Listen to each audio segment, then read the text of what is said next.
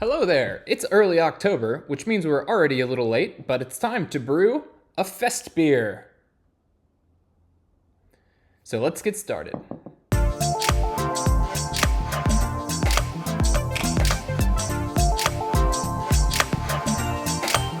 We'll start with 4.8 gallons of carbon filtered water. I've also used RO water for this recipe with good results. Bump the temperature on your kettle up to 149 degrees for your mash-in temperature. Then it's time to mill the grains. This recipe uses a little bit more of an involved grain bill than I usually use, with Vienna and Munich malt combined with Pilsner malt to give us a nice graham crackery and caramely flavor out of our base malts. Continuing with our specialty malts, I'm adding American honey malt as well as caramel 150 and special B malt. This adds a little more maltiness as well as some color and finally a hint of raisin to our taste profile. Once all the malts are added into the kettle, it's time to stir them up and wait for a 60-minute mash. Also, if you've forgotten to add your brewing salts in the step before, which I usually do, now's a good time to make those additions. At the conclusion of our 60-minute mash, or however long you decide to mash, time to pull out the grains. Since I was a little careless with the stirring during the mash, I'm going to pull most of the wort back out of the bottom of the kettle and rinse it through the grains. This will rinse off some sugars and clean up our wort. As our temperature is ramping up to boil in our kettle, I'll add in some foam inhibitor and watch it work its magic. Once our wort is boiling, it's time to add in some hops. I'm using Saaz as the 60-minute and the 15-minute additions for this brew. At the conclusion of the boil, it's time to start stirring and cooling down the wort. I'm aiming for about 70 degrees Fahrenheit before letting my glycol machine do the rest of the work and dropping it down to my lager yeast pitch temperature of about 56 degrees.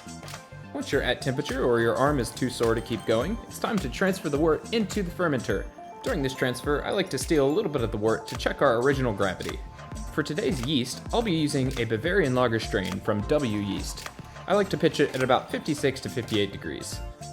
I'll keep it at that 56 to 58 degrees for about 10 days. Once airlock activity has slowed, I'll bump the temperature up to around 67 degrees. Then, after a quick taste test, it's time to check our final gravity to make sure everything ended up where we were expecting it to be. At that point, it's time to drop the temperature down for a cold crash. We'll leave it at that temperature for a couple weeks and go out and enjoy some fall activities before returning to keg and carbonate our beer. In the spirit of letting it condition a little longer, we'll just carbonate it at serving pressure and let it sit for another week or so before it's ready to drink.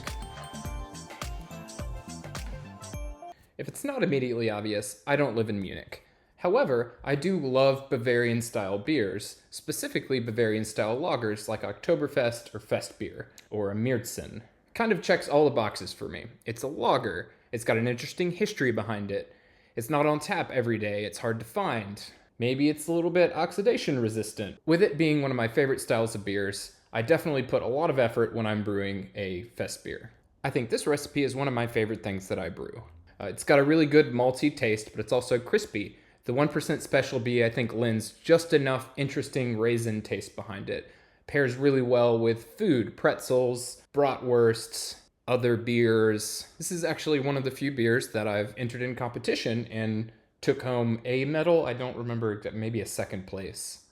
The color is really good. It hasn't quite cleared up yet. I think it will eventually. It's been a couple weeks, but overall, it's one of my favorite beers to have on tap. The only choice if you're brewing a beer late September to early October.